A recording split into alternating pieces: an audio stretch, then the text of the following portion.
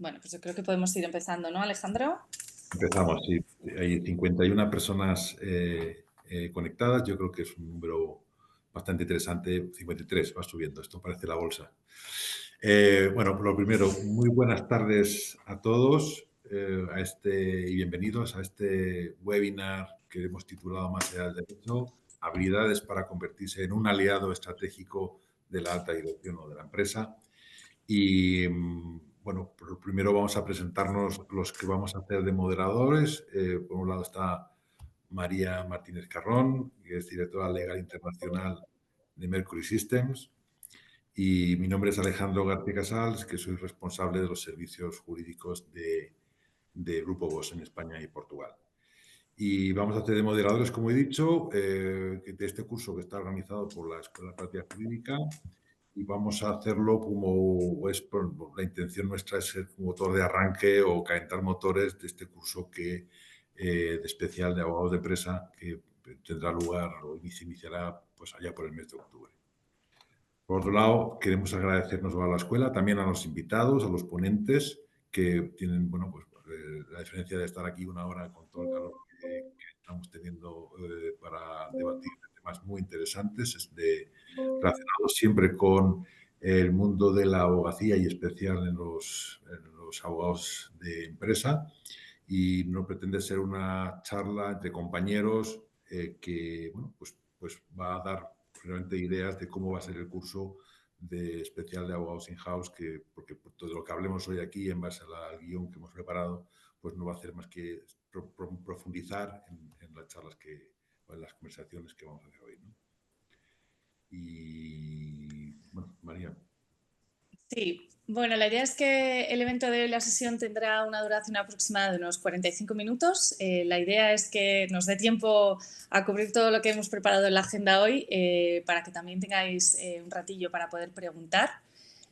Y para preguntar os pedimos que por favor utilicéis la opción del chat, que veo que muchos ya estáis familiarizados con ello, y nos digáis, Alejandro y a mí, a quién va dirigida la pregunta, ¿vale? Para que después al final de las intervenciones podamos leerlas y el ponente que corresponda o ambos os puedan responder, ¿vale?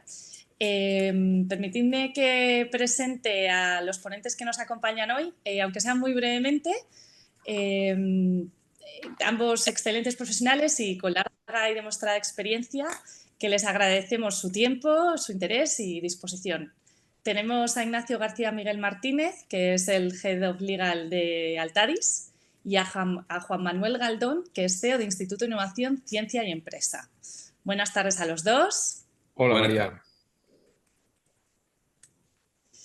Bueno, hechas las presentaciones, pasamos al contenido.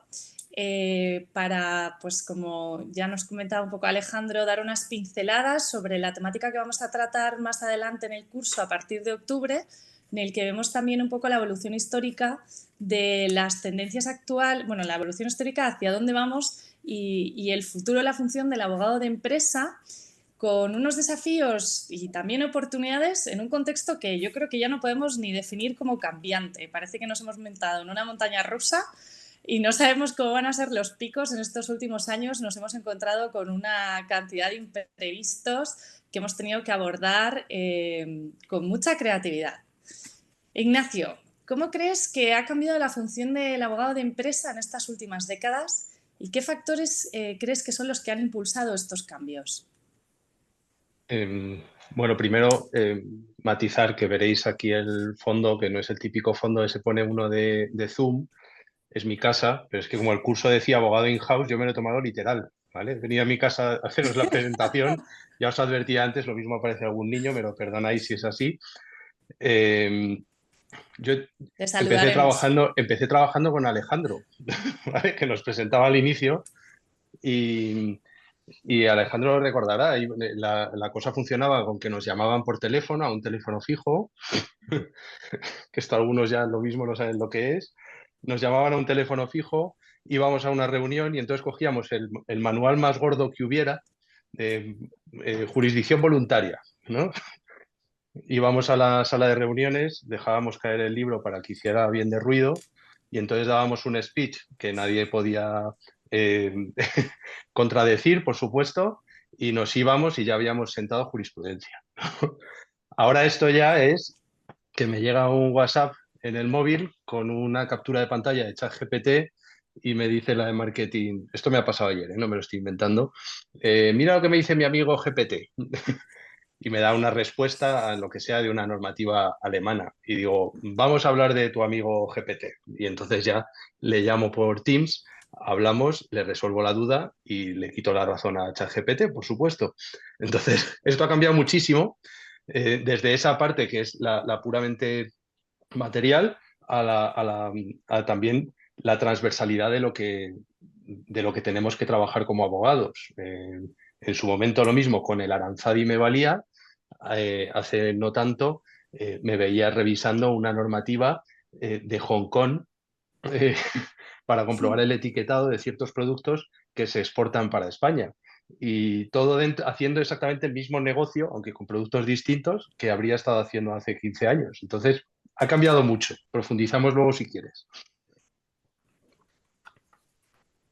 Gracias, Ignacio. Sí. Juan Manuel, Sí, ¿cómo has visto esta evolución? bueno, yo también conozco bueno, lo primero, muchísimas gracias por contar conmigo para esta edición del curso a la escuela, encantadísimo. Y bueno, desde mi punto de vista, yo también conocí a Alejandro y a Ignacio en bueno, mi devenir como profesional. Yo soy ingeniero, no soy abogado, pero llevo muchísimos años trabajando para abogados. Para abogados in-house y abogados de otro tipo, ¿no? Pero sobre todo, bueno, aportando lo que los ingenieros podemos aportar, que es metodología, procesos y sobre todo tecnología. Y evidentemente, como dice Ignacio, la tecnología yo creo que está siendo la clave, ¿no? La función del abogado de empresa ha cambiado muy profundamente porque hemos pasado de un perfil más técnico, más reactivo, casi centrado en lo jurídico a vamos, desde mi punto de vista, lo que yo observo desde fuera, ¿no? A un rol mucho más estratégico, más transversal, más proactivo, que acompaña al negocio en toma de decisiones muchas veces complejas, ¿no? En la mayor parte de ocasiones.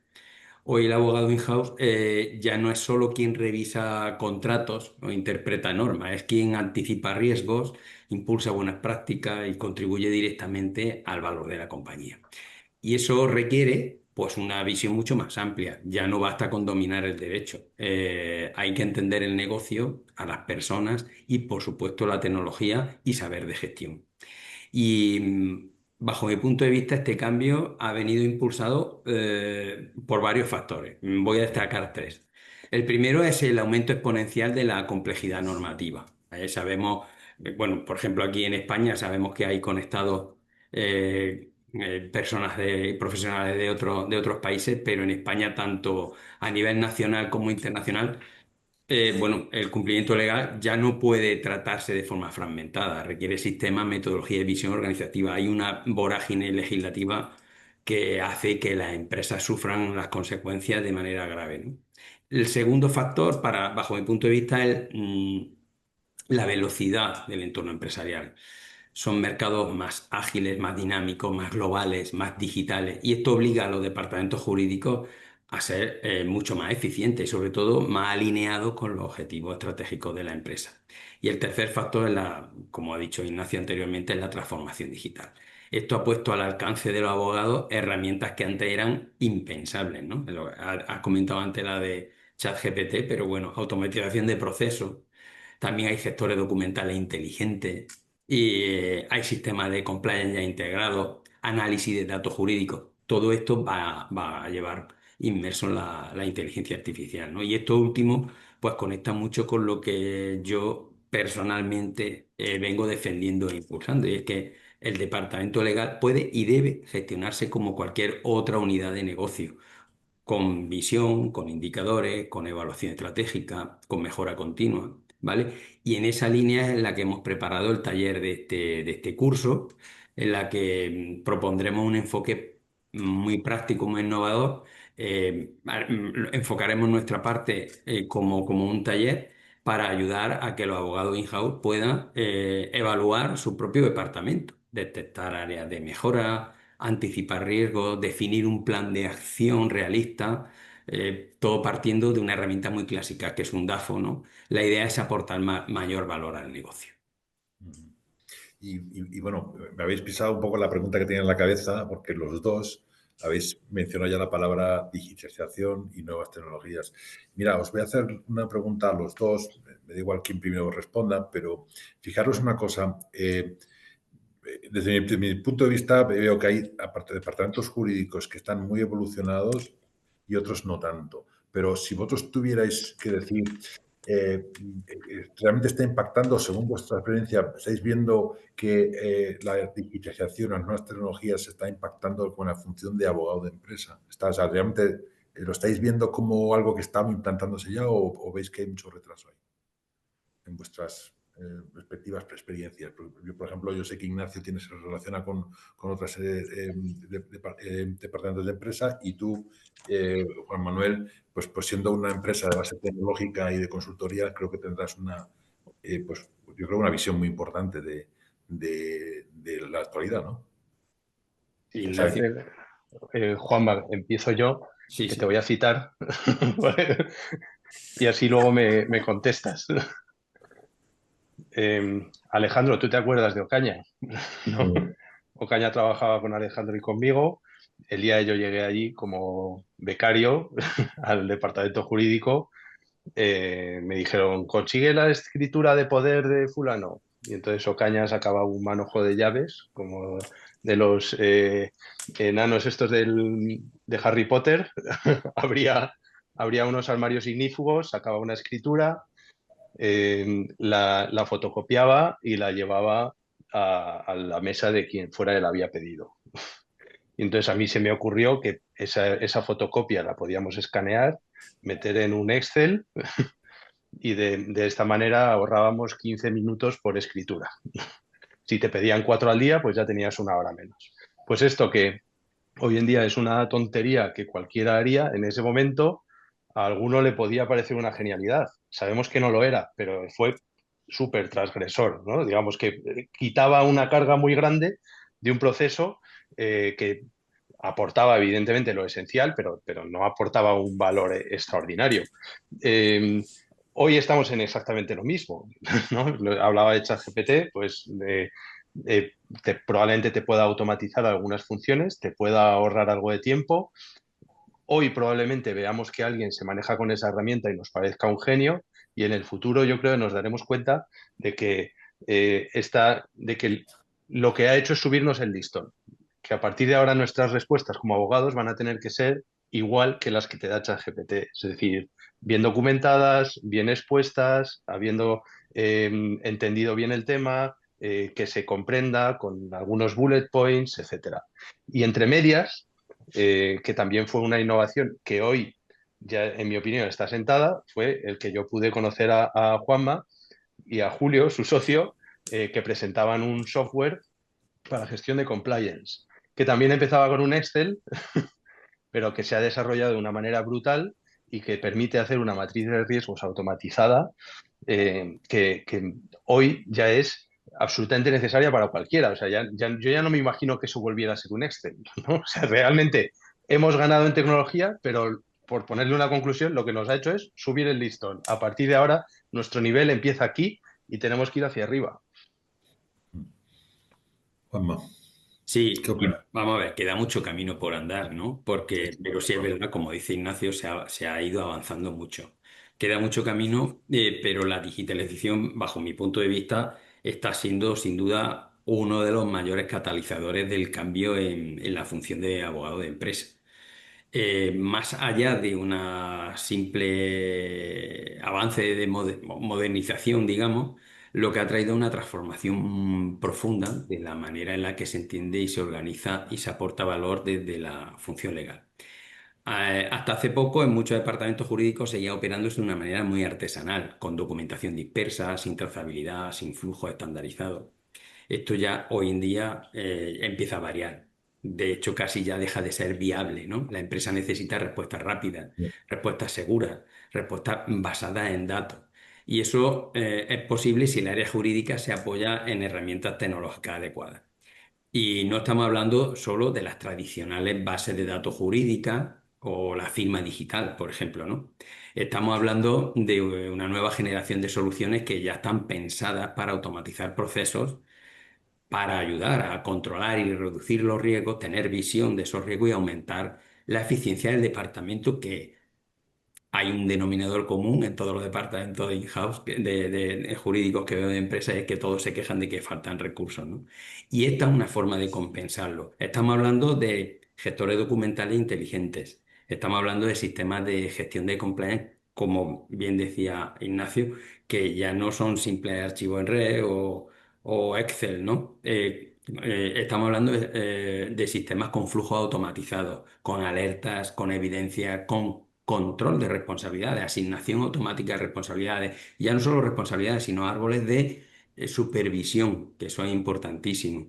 Luego hay herramientas muy chulas que yo veo que los abogados le tienen un poco todavía mucho respeto, pero son muy sencillas y cuando las usan descubren un mundo, que son las herramientas de automatización de procesos, las llamadas BPMs, ¿no? Y que en un solo lienzo ya podemos ir dibujando nuestro flujo, pero es dibujar arrastrando las funcionalidades, los ítems, y podemos ir estructurar tareas que son muy repetitivas y garantizar que lo importante no se pierda con correo, Excel, etcétera, etcétera, o tengamos que estar recordando, ¿no? Es decir, podamos distribuir juego entre un conjunto de usuarios que pueden ser jefes de distintos departamentos y nosotros poder controlar, por gracias a un cuadro de mando, por dónde van cada uno de los procesos, si se han terminado, si han finalizado, si están, en qué fase están, ¿no? Y cada vez más estamos viendo el uso, pues, de la inteligencia artificial aplicada al análisis de riesgo, a la redacción de contratos, a la revisión de grandes volúmenes de información jurídica. Y este es un tema que sí o sí tenemos que trabajarlo, con todos los respetos y con todas las cautelas, ¿no? Porque anonimizar, etcétera, etcétera, pero es una herramienta tremenda. Lo importante, de todas maneras, no es la tecnología, sino cómo esta tecnología puede permitir al abogado in-house que sea dejar de ser un cuello de botella para convertirse, todo lo contrario, en un facilitador o en un aliado estratégico del negocio.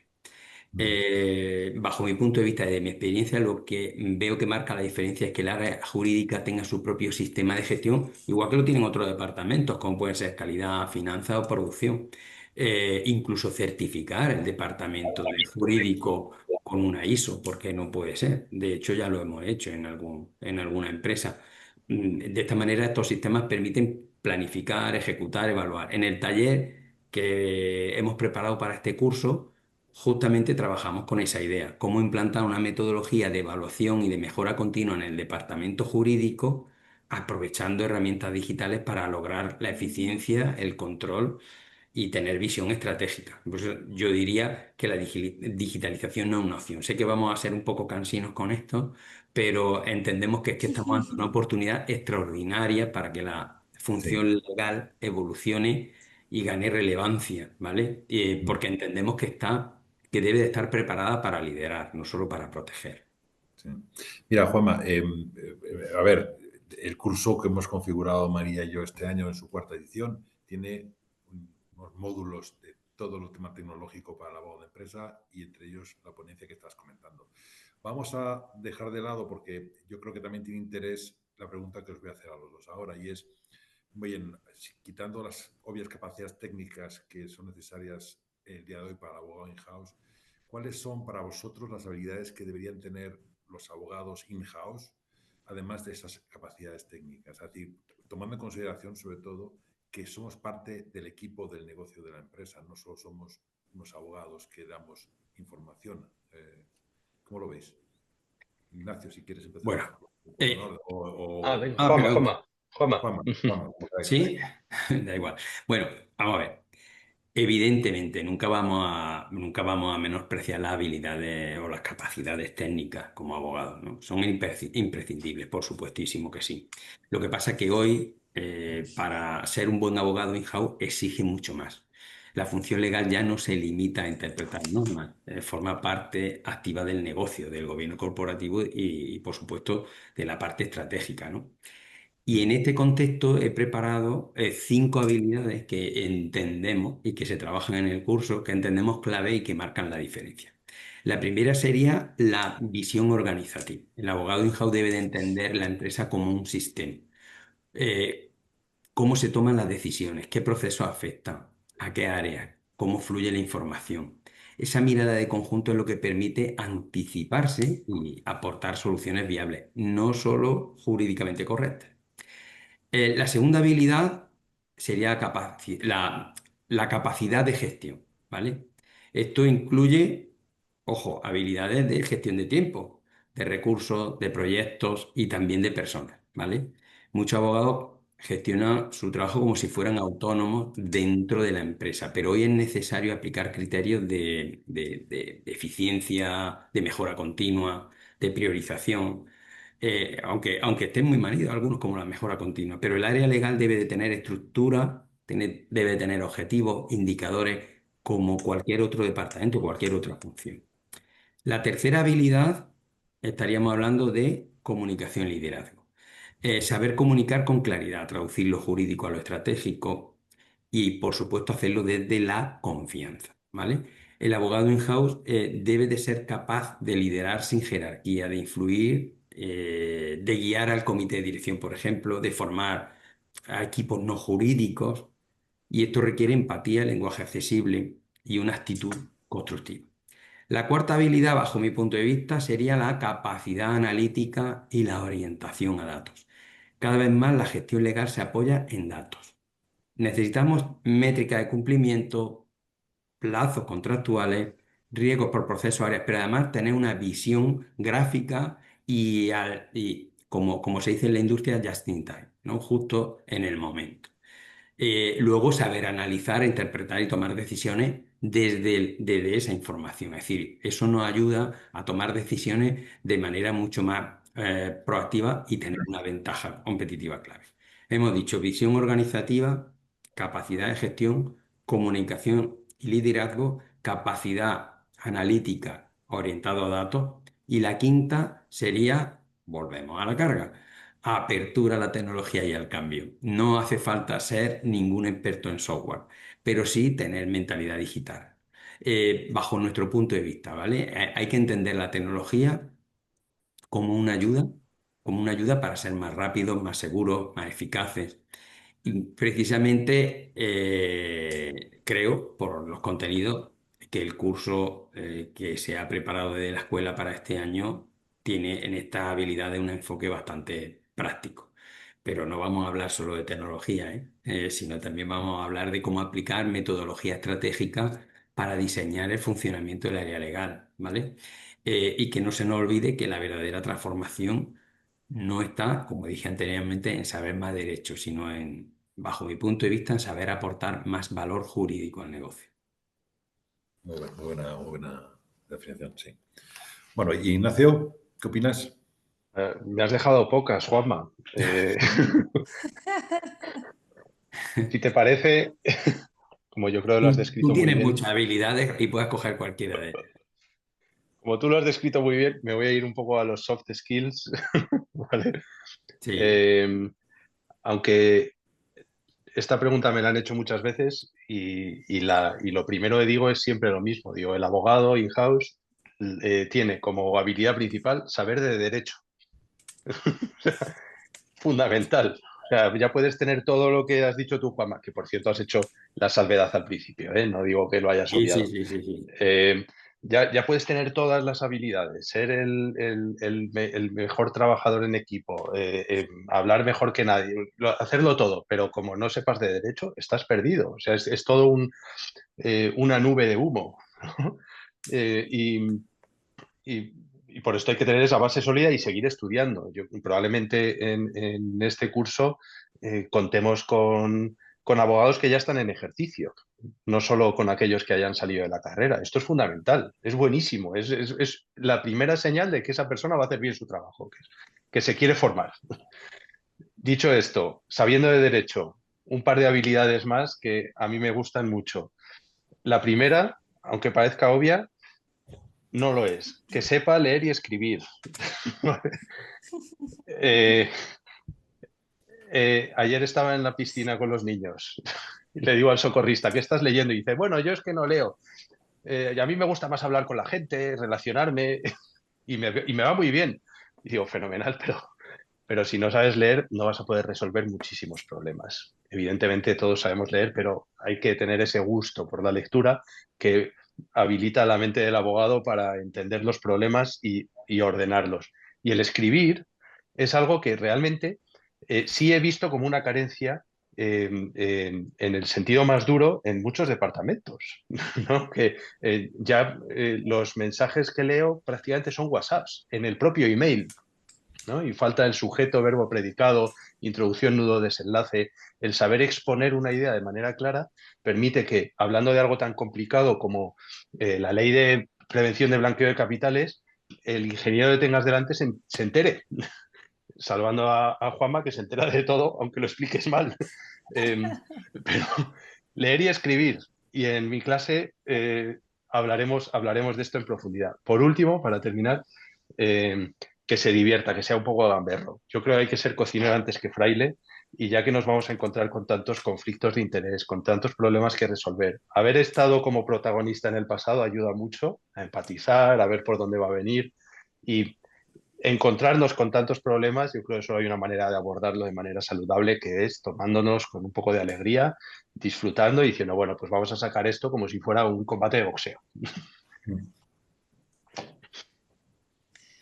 Sí, la verdad es que las habilidades que estáis diciendo me parecen muy interesantes.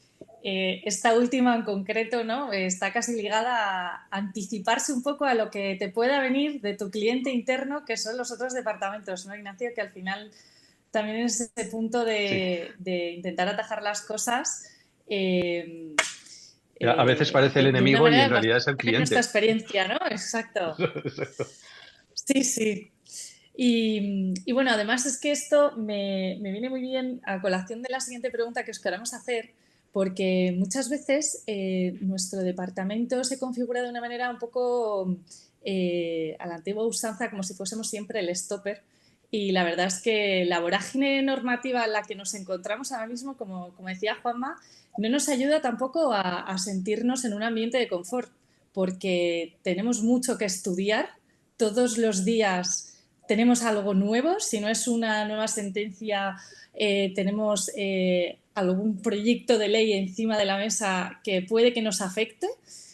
Y en ese contexto quería saber qué opináis sobre nuestro papel en ese rol de supervisión al cumplimiento normativo y la ética corporativa, con esta visión de globalidad sobre el negocio, ¿no? Porque al final no podemos trabajar en compartimentos estancos, sino, como decía Juanma, tenemos que tener esa capacidad de verlo de manera global dentro de la organización. Y cómo esto ha ido evolucionando con las mayores expectativas que hay, tanto sociales como regulatorias. No sé quién de los dos quiere empezar. Ignacio, que acabas de terminar, si quieres empezar tú. Venga. Esta pregunta es interesante dedicándome a lo que me dedico yo, porque yo soy abogado in-house de una tabaquera. Entonces, todo el mundo me hace la pregunta de la ética. ¿Vale? Y creo que es precisamente en este sector donde más importante es, ¿no? Hablaba de saber hacer trampas, pero no para hacerlas, sino para prevenirlas, para anticiparte a ellas. Yo no podría ir a trabajar todos los días si no pudiera dormir bien todos los días. Digo, dormir bien a gusto con mi conciencia. Y esto supone el no hacer trampas, ¿no? Para empezar. En la normativa de tabaco los productos del tabaco están hiperregulados. No os imagináis la cantidad de miles de páginas de BOE que tenemos que estudiarnos para poder sacar un producto al mercado. Pero es verdad que, como todo, es interpretable, ¿no? Cada uno de los artículos es interpretable. ¿Qué puedo aportar yo más que un sistema de inteligencia artificial que dé una respuesta automática si se ha integrado bien con esas normas?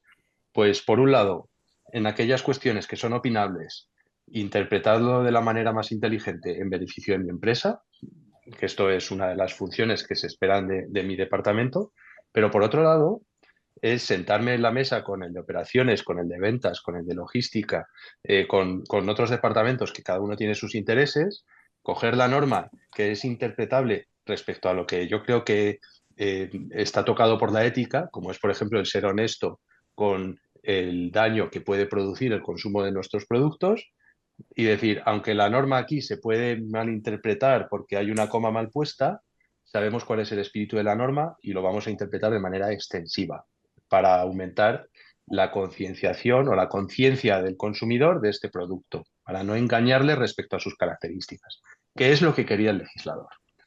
Y ahí es donde, si yo he sido un buen abogado, si yo he dado un buen servicio, si yo he funcionado siempre bien, en ese momento que todos ven la oportunidad de hacer una pequeña trampa y yo digo no, porque aquí hay una línea roja, todos se paran y con la autoridad que yo ya me he ganado y con la ética que traigo de casa, dejo de hacer una operación que sé que objetivamente está mal. Entonces, esta es mi visión de la ética corporativa. Muy bien. Bueno, pues yo puedo añadir una cosa, María, a lo que ha dicho, porque ha dejado Ignacio, me la ha dejado ahí votando. Hablaba de que tiene que mirar en muchas páginas de BOE. El dato que a mí más me impresionó hace ya muchos años fue aquel dato que conocemos mucho. Bueno, en España, por ejemplo, me consta que en el resto de países es algo muy parecido. Se publican en España anualmente una media de 1 millón de páginas de boletines oficiales, de distintos ámbitos, de distintos estamentos, distintos alcances, de los cuales aproximadamente la mitad son normas nuevas, modificaciones de normas, y esto afecta muchísimo a las empresas. Pensad que desde los años 70 para acá, que es la era en la que comenzó en España este lío, cualquier empresa para ejercer su actividad con tranquilidad debería de escudriñar, ¿no? Investigar en más de 30 millones de páginas de boletines, ¿vale? Y eso hoy en día pues es inviable. Por lo tanto, el abogado de empresa en supervisión del cumplimiento normativo y en la ética corporativa ha dejado de ser ya periférico para convertirse rotundamente en absolutamente central.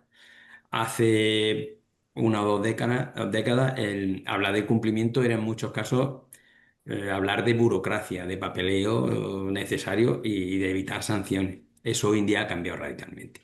Las expectativas que hay, ya no solo a nivel social, sino regulatorio o reputacional, han elevado el listón y con ello la función legal se ha convertido en un pilar de buen gobierno corporativo. Por eso, bajo mi punto de vista, el abogado in-house debe de cumplir o cumple con una triple función muy clara. La primera es garantizar el cumplimiento, pero con visión estratégica, ¿vale? Ya no se trata solo de cumplir por obligación, sino alinear ese cumplimiento con la estrategia propia de la empresa. Tiene que anticiparse a impactos legales, convertir la prevención en una ventaja competitiva. Es decir, aquello que parecía una imposición, hay muchas empresas que tienen un denominador común que se llama éxito, y es que ven el cumplimiento como una ventaja competitiva, como una oportunidad. Y esto requiere, para el abogado, reconocer profundamente el negocio, pero también requiere identificar los riesgos y saber diseñar sistemas eficaces, ¿vale? No solo normas internas, como se podrá ver en quien haga el curso. El que no haga el curso se va a perder en este aspecto claves muy importantes. La segunda función sería promover una cultura de integridad. Esta cultura no se impone ya con código, se construye con liderazgo y con comunicación y, por supuesto, con coherencia. El abogado de empresas debe de ser ya una referencia a nivel interno. No solo debe de saber lo que está bien, sino también saber cómo influir para que los otros lo hagan también.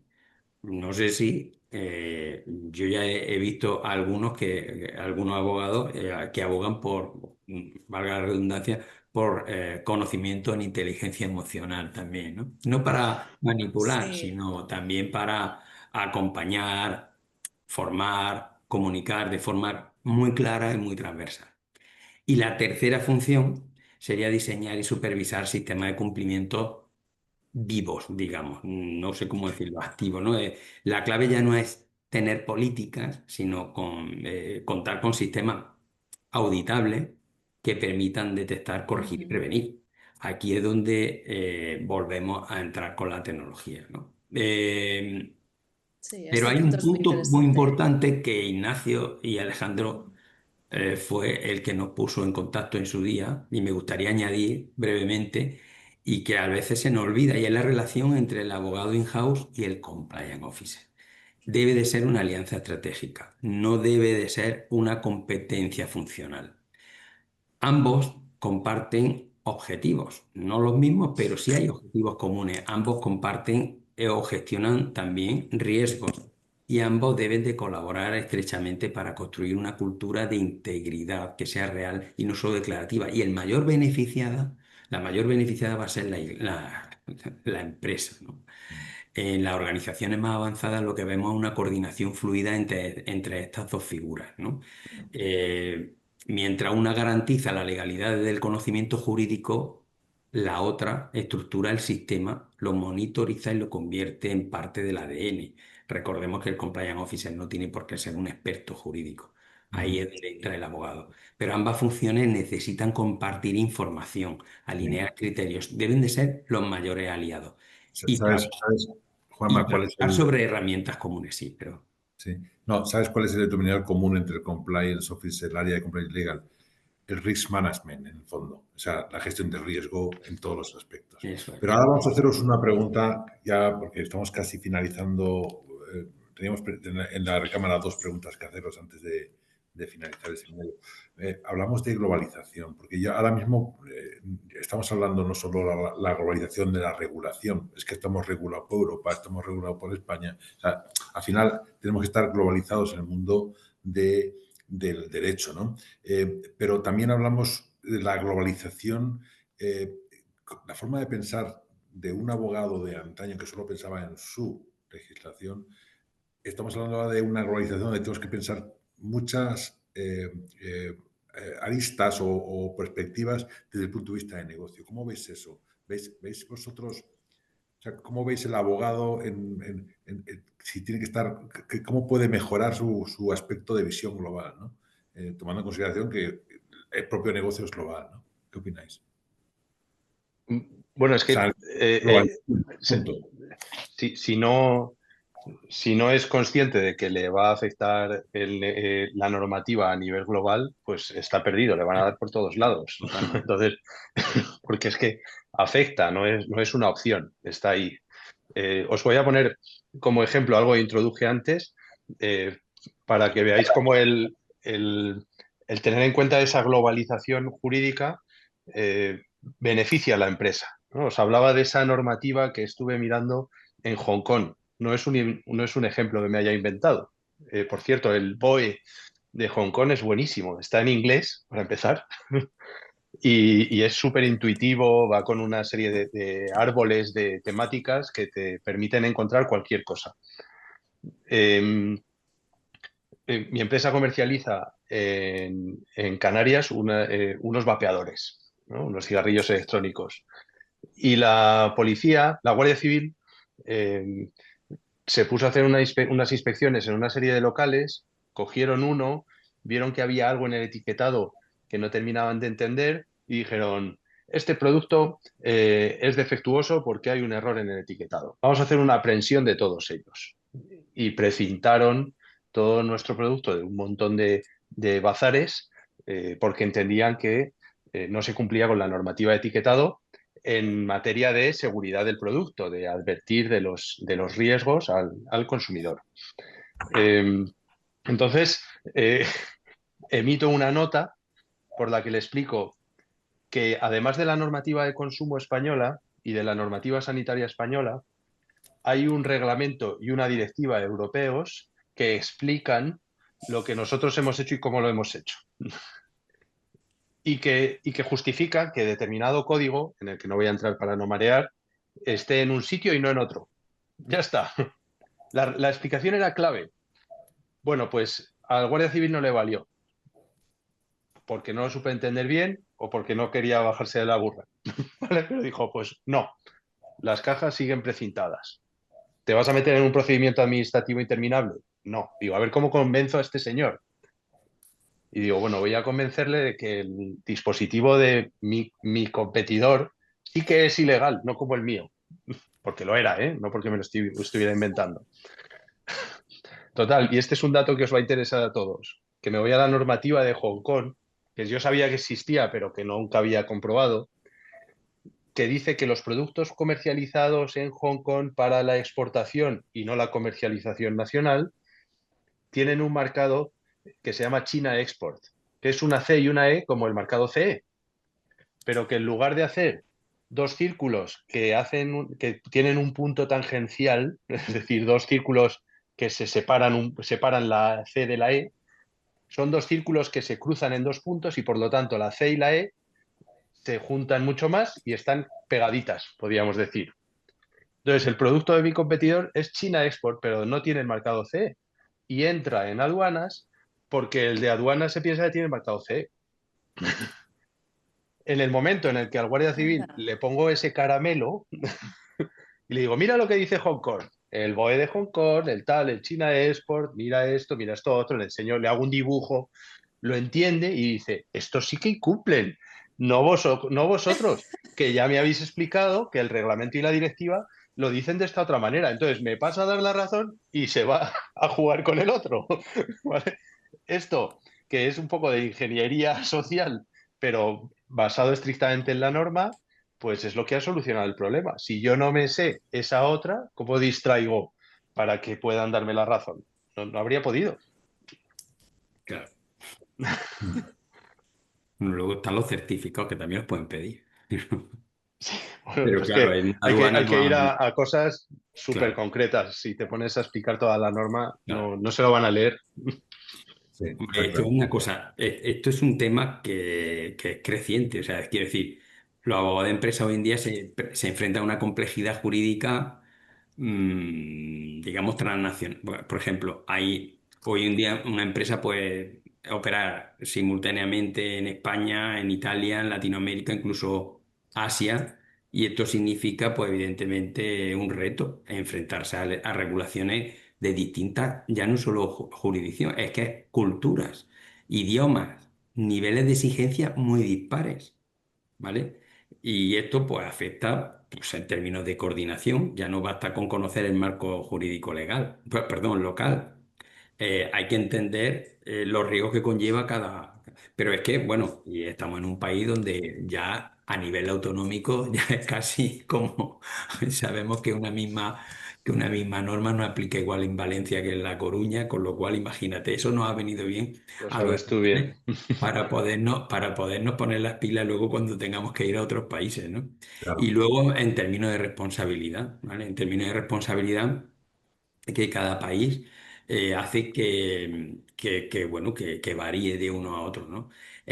Luego, eh, ¿cómo se está gestionando actualmente, ¿no? Pues yo creo que cada uno como puede, ¿no? Pero básicamente con protocolos comunes que se adaptan localmente y luego con disposición de departamentos o de áreas, es decir, cómo se organiza la función en cada una de las empresas. Si ahí discutíamos el otro día en el Congreso de Compliance, que es algo parecido en cuanto a cómo te organizas cuando tienes una organización multinacional, pues sí, que todo funciona, que todos saben. Yo conozco bastante bien la de Bosch, porque es una empresa que con 400 y pico mil empleados y presentes casi en todo el mundo, que tiene un modelo híbrido, digamos, ¿no? Hay unos que lo tienen centralizado, otros descentralizado y otros híbridos, ¿no? Cada uno. Y entonces hay que acostumbrarse o familiarizarse con esta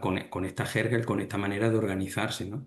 Y bueno, porque al final la globalización no solo ha hecho más compleja la práctica legal, también ha elevado el perfil del abogado de empresa como pieza clave en la protección y el crecimiento del negocio a nivel o a escala internacional.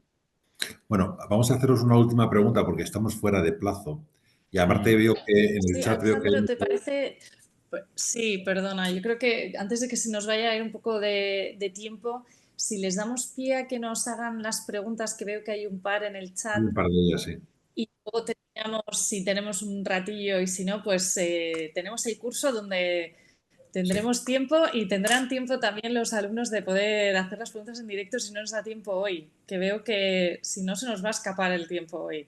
Sí. Bueno, mira, vamos a pasar primero a las preguntas de los Venga. oyentes. ¿Las haces tú, María? Sí, venga, tenemos una pregunta de Andrea Cantos que, bueno, es un poco para todos, no sé quién prefiere responderla, ¿no? ¿Qué opinan de la externalización del servicio jurídico de las medianas y grandes empresas? Y en caso de no ser favorable su opinión, ¿cómo convencer a una empresa en crecimiento de las ventajas de la creación de su propia asesoría jurídica y en qué momento de la vida de la empresa debe crearse dicha área? Bueno, esto en concreto hay una sesión preparada sobre cómo funciona y cómo se trabaja en colaboración con los despachos desde las asesorías jurídicas. Esto simplemente pues también para que lo sepáis que trataremos este tema con mucho mayor detalle durante el curso. Sí. Bueno, Ignacio, no sé si quieres sí, lanzarte a esta. Yo creo que Alejandro es el mayor experto de los que tenemos aquí. Pero estoy en Bueno, fase Alejandro, modesta. adelante, claro. No, vamos a ver si aquí puede contestar. Los demás, yo creo que no, por lo menos yo no me atrevo a contestar una pregunta así en presencia de Alejandro. A ver, ¿qué pregunta queréis? La de la externalización. Vale, vamos a ver. Lo primero de todo, yo vaya por delante. Siempre nuestros jefes preguntan, oye, ¿por qué tengo que tener un departamento jurídico? Sois muy caros. ¿Vale? Esa es la pregunta que siempre rodea a los jefes que quieren siempre ahorrar costes. Pero de un tiempo a esta parte, y lo digo en serio, de los últimos 10 años jamás me han vuelto a hacer la pregunta y al contrario, nos toman como punto de referencia y además cuando el negocio lo requiere incluso hemos crecido como abogado interno. Ahora, no debemos olvidar que nosotros no lo podemos hacer todo. Nosotros somos básicamente abogados generalistas, conocemos muy bien el producto y el negocio porque estamos ahí. Yo digo siempre que el cliente está cautivo, estamos ahí para dar servicio a nuestro cliente. Aunque tengamos múltiples divisiones, nuestro cliente conocemos el negocio. Pero cuando tenemos que trabajar y sacar el trabajo adelante, necesitamos, y esto es uno de los elementos que también discutimos en el curso y se habla de eso, es nuestros amigos, los abogados externos, profesionales, especialistas. Entonces, externalizar, creo que no tiene sentido. El valor agregado de tener un abogado dentro de la casa o un equipo de abogados dentro de la casa es esencial. Estamos hablando de empresas medianas y grandes. Las pequeñas realmente es un coste muy grande el tener un abogado in-house o un equipo de abogados in-house, pero indudablemente también depende un poco de la causística problemática que tenga. Si tiene realmente mucho conflicto o tiene mucho asesoramiento, pues a lo mejor ya interesa. Es un tema de oportunidad, pero claramente siempre un abogado interno va a dar un valor agregado al negocio y siempre que pueda también coordinar con los especialistas que son externos. Esto es un poco mi visión, ¿no? Cosa que hemos hecho en Robert Bosch siempre. Hemos tenido siempre a mano abogados muy buenos, caros, no tan caros, pero es un tema de valorar siempre es la mejor opción, ¿no? Ignacio, no sé si quieres añadir algo o pasamos Bueno, a la añadir siguiente solo pregunta relacionada a esta. Otro tipo de externalización, más allá de los casos concretos o proyectos concretos, pues contaros mi experiencia con la externalización a raíz de mi baja paternal. En mi última baja paternal contratamos con un despacho de abogados un outplacement. Entonces, un abogado de ese despacho vino a la empresa a hacer un pequeño solape conmigo. Estuvo durante mi baja paternal atendiendo los asuntos. Ya nos conocía porque habíamos trabajado con este despacho en el pasado. Alguna duda me tuvo que llamar, pues no pasa absolutamente nada. Quiero decir que pues, se atendió convenientemente y cuando volví de mi baja paternal, pues hicimos otra vez otro pequeño solape y volví a coger los asuntos. Funcionó de maravilla. Y digo, esto, sin esta figura, yo no habría podido irme unos meses de la empresa. Habría sido imposible. Imposible sin comprometer completamente el negocio, quiero decir. O sea, legalmente sí, pero no habría sido una manera responsable de hacerlo, porque habría dejado todo empantanado. Entonces, sí lo veo muy positivo para casos como este. Luego, Valeria, que está la pobre mujer ahogada porque está sola ante el peligro, está aquí diciendo que está liderando ella sola el departamento jurídico recién creado, que cubre incluso varios países, es decir, un desafío de los buenos, ¿no? Quizá el mejor consejo que puedo dar es, evidentemente, cuando conozca dónde está pisando, el terreno que está pisando, lo que tiene que hacer es convencer a sus jefes cuál es la mejor opción. ¿Vale? Y la mejor opción seguramente la dará una vez que conozca el negocio y la estrategia de la empresa y tenga capacidad de influenciar hacia sus jefes, es pedir. Pedir cómo hacer tu trabajo. En el fondo es dar la solución. Para hacer este trabajo necesito este apoyo o necesito esta externalización o necesito tener un presupuesto determinado. O sea, no veo otra más que conocer qué necesito y esa es la dificultad. Pero conocer necesito para luego poder venderlo. Cuando una persona está convencida de lo que necesita, lo vende mucho más fácil hacia sus... Alejandro, yo conozco otra opción, hacer el curso, porque ahí vamos a ver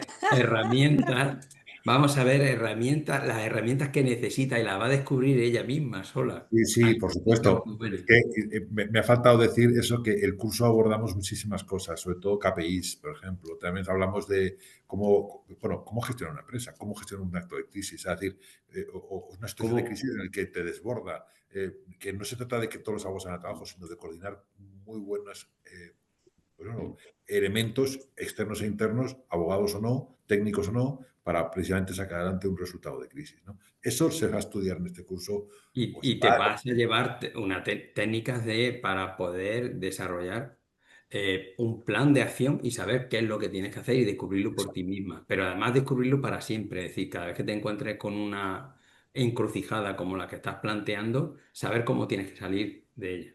Yo, por ejemplo, es una chorrada, pero para que veáis un poco el curso que María y yo hemos configurado, hay un piloto que nos va a hablar de bloqueos, ¿vale? Un piloto, comandante de aeronave, Sí. que va a hablar de cómo se gestionan realmente situaciones donde uno queda bloqueado. Esto ayuda muchísimo, ¿no? Muchísimo. ¿No tiene nada que ver con el derecho? Sí lo tiene, porque nos bloqueamos mucho, sobre todo en situaciones de alto riesgo.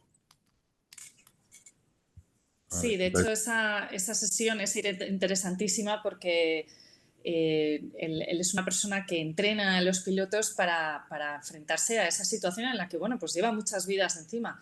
Nosotros, voy a poner esto entre comillas, afortunadamente no llevamos vidas, pero muchas veces nuestras decisiones tienen un impacto enorme en los números de la empresa, que se acaba traduciendo, pues para aquellos que trabajamos en empresas que cotizan en bolsa, en unos números ingentes que bueno, pues que al final nuestras decisiones tienen también su reflejo ahí, ¿no? Entonces, el saber cómo actuar ante determinadas circunstancias y cosas que hemos vivido, ¿no? O sea, ya más allá del COVID es que acabamos de vivir un apagón.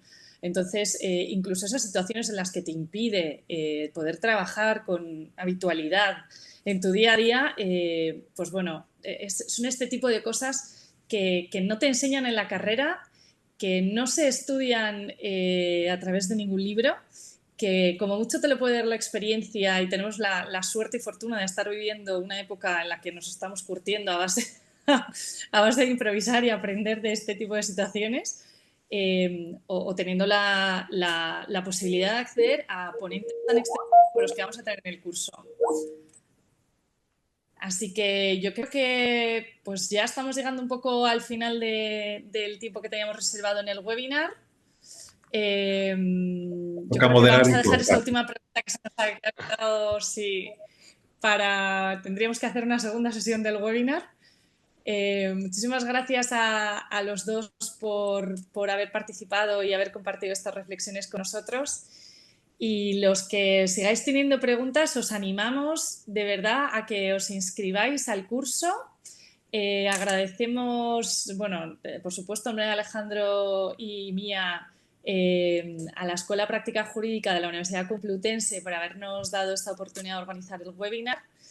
Y bueno, creo que está claro que vamos por el buen camino para que adaptemos esta función del abogado in-house a las necesidades y la demanda real que existen en los negocios, ¿no? En cualquier tipo de empresa, sea mediana o grande. Os recordamos que el curso tendrá lugar los viernes de octubre, noviembre y parte de diciembre por las mañanas a partir del próximo 3 de octubre. Y bueno, pues las 3 primeras ediciones del curso superaron todas las expectativas, así que Alejandro, esperemos que esta cuarta todavía más, que Sí. bueno, pues lo que han dicho los ponentes, ¿no? También que es un área donde nos podemos divertir, y en el curso os aseguro, como alumni también del curso que fui, nos divertimos mucho. Además de conocer a gente fabulosa y aprender, nos lo pasamos bien. Hablaremos de temas muy interesantes y, bueno, pues en definitiva es una oportunidad única para descubrir todas estas claves y herramientas que todo abogado de empresa debe dominar. No sé si queréis comentar algo para cerrar, Ignacio y Juanma, Alejandro. Nada, que te apuntes que te vengas a la clase del storytelling jurídico, que es nueva este año y te va a encantar, María. Bueno, Gracias, gracias. Yo estoy...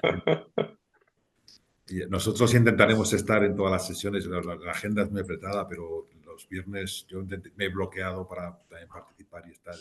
Pero en definitiva, creo que lo que toca aquí ahora es sobre todo daros las gracias a vosotros, a todos los que han participado. Veo también muchísimas agradecimientos en el chat por parte de las personas que han estado escuchando, lo cual pues, me hace mucha ilusión que haya sido amena en esta hora, sobre todo por la hora que es, ¿no? Así que simplemente agradeceros a todos vuestra participación y a los participantes especialmente y a la escuela.